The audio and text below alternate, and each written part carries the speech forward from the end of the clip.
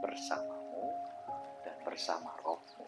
Inilah Injil suci menurut Yohanes. Dimuliakanlah Tuhan.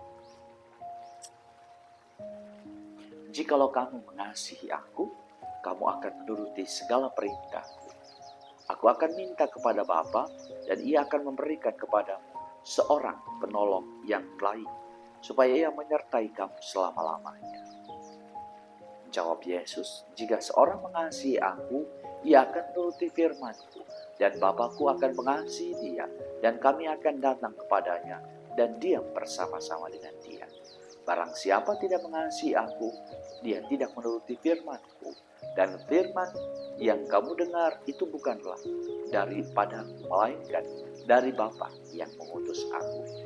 Semuanya itu kukatakan kepadamu selagi aku berada bersama-sama dengan kamu. Tetapi penghibur, yaitu Roh Kudus yang akan diutus oleh Bapa dalam namaku, dia yang akan mengajarkan segala sesuatu kepadamu dan akan mengingatkan kamu akan semua yang telah kukatakan kepadamu. Demikianlah Injil Tuhan. Terpujilah Kristus. Para saudara dan saudariku yang terkasih, Yesus memang akan pergi meninggalkan para murid, naik kembali ke surga, di mana dia sebelumnya bersemayam dan tinggal.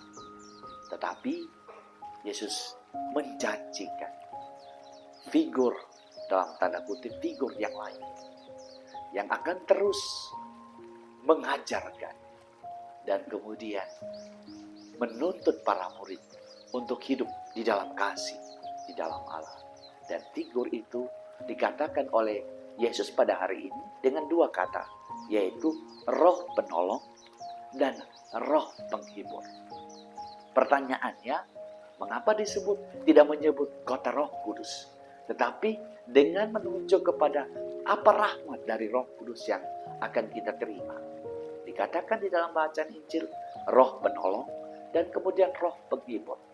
Pertama-tama, Roh Penolong itu mengajarkan di dalam ayat paling terakhir, dikatakan mau mengajarkan dan menjelaskan bagaimana firman dan serta mengingatkan firman yang telah diajarkan oleh Yesus. Jadi menuntut kepada kebenaran dari apa firman Tuhan sendiri. Jadi kekuatan dari Roh membantu kita, menolong kita, menerangi kita untuk pertama-tama melihat dan serta menghidupi firman Yesus sendiri. Dan ini jaminan kita untuk bagaimana kemudian kita hidup benar di hadapan Tuhan. Itu salah satu peran sebutan dari rahmat Roh Kudus yang kita terima. Roh untuk diberi penerangan, untuk mengerti dan hidup benar sesuai dengan firman Tuhan. Dan roh, julukan roh yang berikutnya adalah Roh Penghibur. Dan tentu ketika kemudian Roh Penghibur ini sejalan dengan apa yang dikatakan oleh Yesus, bahwa kemudian dalam sabdanya, janjinya kepada para muridnya, bahwa Yesus akan senantiasa bersama-sama dengan mereka. Yesus tidak pernah meninggalkan mereka. Tentu ini mau mengajarkan kepada para murid, apalagi setelah kebangkitan Yesus dan kenaikannya, setelah Pentakosta terjadi banyak penganiayaan. Bagaimana kemudian banyak tantangan yang dihadapi oleh para murid, mereka yang menyebarkan kabar baik. Dan Roh Penghibur ini menjadi jaminan serta kekuatan bagi mereka untuk terus berjalan. Bagaimana dengan berani mewartakan Injil? Apa pesannya untuk kita? Perihal tentang bagaimana kekuatan Roh Penghibur ini. Tentu kita semua dipanggil untuk mewartakan Injil dalam hidup harian kita. Untuk membawakan kebenaran di dalam keluarga kita. Hidup benar di dalam lingkungan kita. Hidup benar di tempat kerja kita. Maka kemudian jaminan Yesus adalah Roh Penghibur.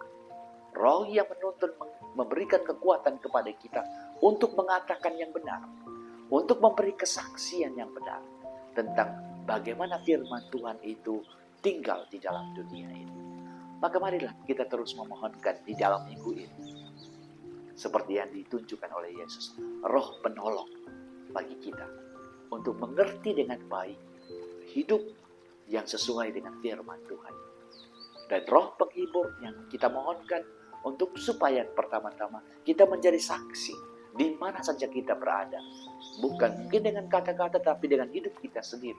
Di dalam komunitas kita, di dalam tempat kerja kita, di dalam masyarakat yang lebih luas, agar kita menjadi terang di dalam dunia ini.